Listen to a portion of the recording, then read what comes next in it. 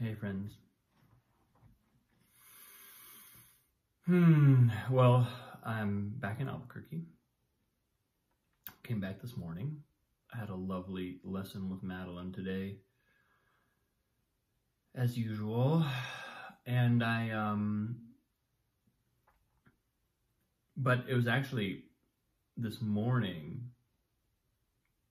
on a call with a friend that some stuff started to show up that it's very related to my work with Madeline, because it sort of centers around this idea of the advice she gave me several months ago at this point to reflect on something sad before practicing and to do the same thing before meditating. And at the time, you know, if you caught that post, or that probably a series of posts, but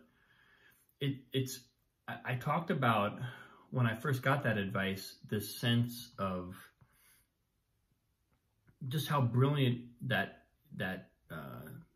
practice is, and how kind of counterintuitive it is that we would deliberately put our minds on something that makes us sad as a way of energizing a performance. Or, I mean, I guess maybe energizing isn't the right term for it. It's more about connecting with the heart level of ourself, and then that speaks through the music or the piece.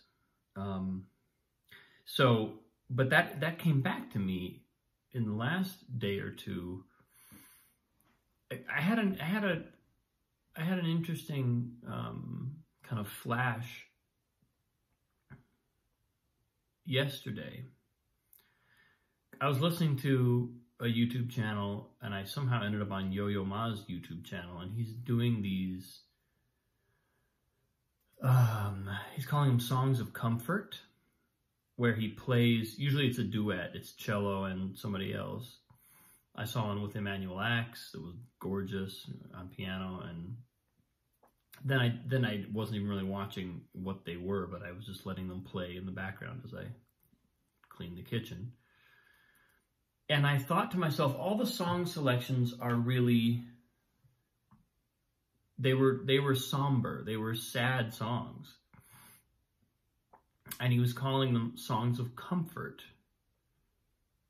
for the Ukraine crisis, the Ukraine war, and the various resulting crises that population is experiencing right now. And there was part of me that, it was like I asked the question inwardly, well, why play sad songs? Like, how does a sad song comfort us? But then very quickly, I kind of connected with at least what feels like a portion of the answer, which is that it's those songs and those pieces and that beautiful music. And Yo-Yo Ma is, I mean, you know, of all the masters on the planet, he's right up there with the best of them as far as just pure emotion speaking through the music. And he lets us grieve because he provides that. It's almost like an emotional thread that we get to follow and experience that grief. And I can only imagine if I were in the circumstances of some of the Ukrainian population, or anybody who's in a kind of deeply dire situation, how much I could attach to that emotional thread. You know, how much would that evoke in me? And what stood out to me, though, was that my, kind of how my original question, in other words, why would you play a sad song in order to comfort someone? I really only asked that question inwardly for about a second or two before I realized, oh, this is the thing that Madeline is also talking about. We're talking about connecting with our heart, and as Chogyam Trungpa says, the open heart is a broken heart. That's just the way it is. It's that openness and that connection to everything in reality immediately connects us to the impermanence of reality in all its guises and in all its various manifestations. And so it's not that comfort is a matter of making up for a happiness deficit somehow, which you might think. There's a kind of like very linear way of thinking that might actually think that, that like you comfort someone by giving them something nice, or that you would, that you try and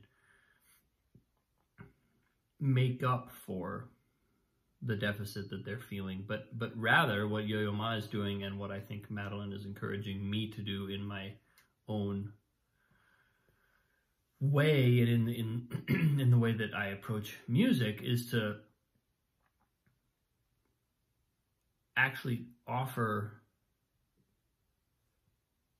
that openness, offer that sadness, that part of, offer our broken heart to the world.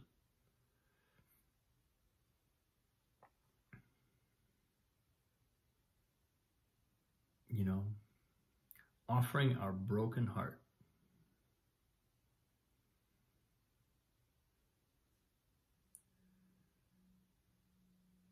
Because on some level, everybody's heart is broken. On some level, right now, we can't be fully separate from events that are affecting thousands, hundreds of thousands, millions of people.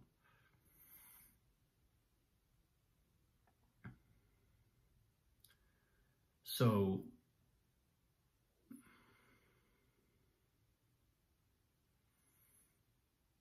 and it reminded me of some of the insights I've had over the past year and a half, working with various people that I worked with,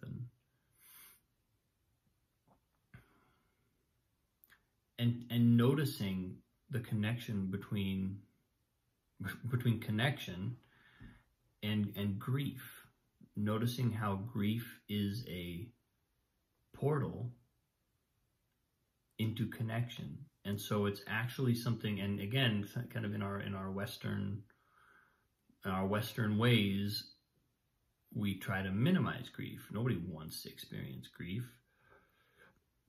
That might not even be a strictly Western phenomenon. But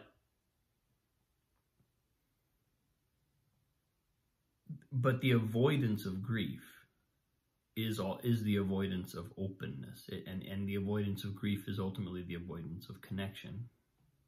So seeing someone like Yo-Yo Ma just kind of open a space where we can grieve and offer his broken heart. I mean, that's what's singing through those phrases and through that music. It's not just notes. It's not just sound vibrations. There's a level of soul being communicated, and it lets our soul then speak. It lets our soul hear that voice and know that it's not alone, and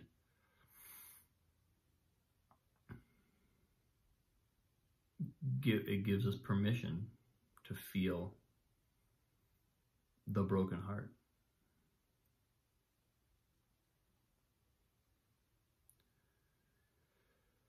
So yeah, I think, you know, the last couple days, I feel like I've had a sense of some weightiness.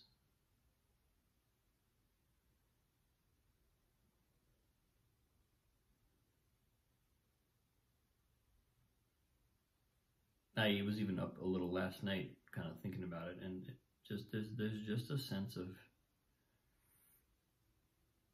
of weightiness right now.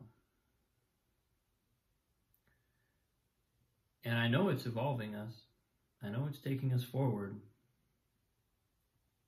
I don't, it's not that I don't trust that. I certainly do. It's just, you don't get to leap to the success of it. We don't get to leap over the part where we feel the heaviness. That's part of what's communicated. It's part of what we receive in the human experience. And that's what I'm receiving right now. That's just what's coming through.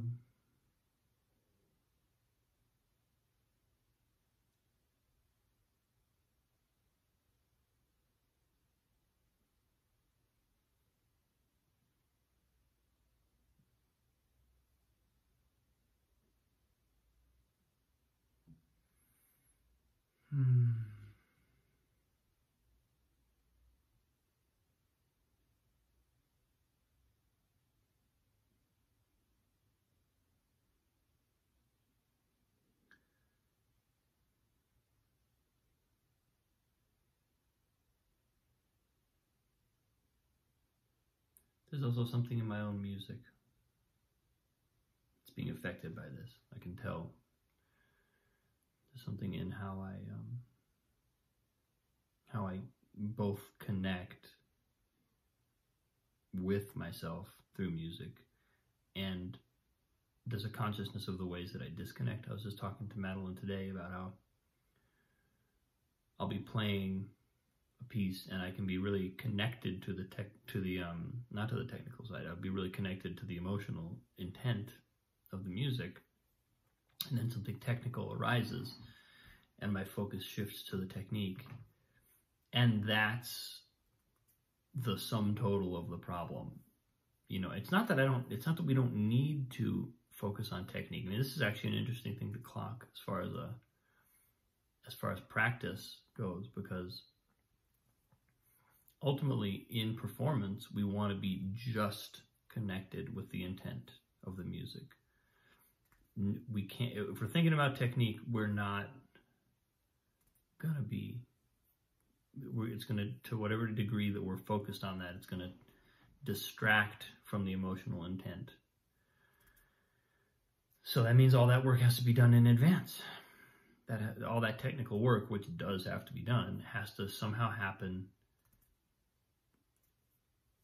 prior to performance, and then also we need to have practiced and be stably oriented in the musical intent.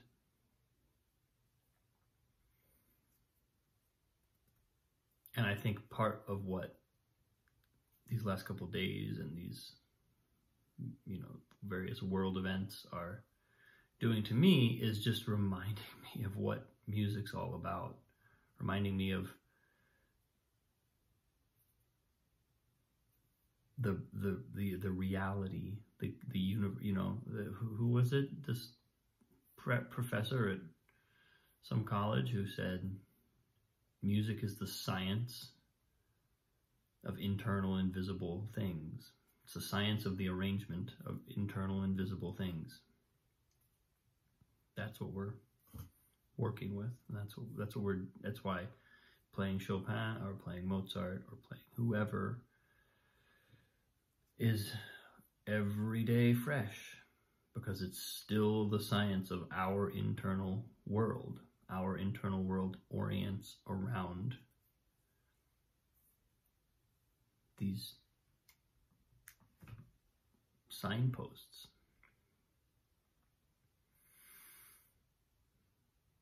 So yeah, it's definitely moving me to kind of connect what I'm doing musically with what I'm feeling in the world.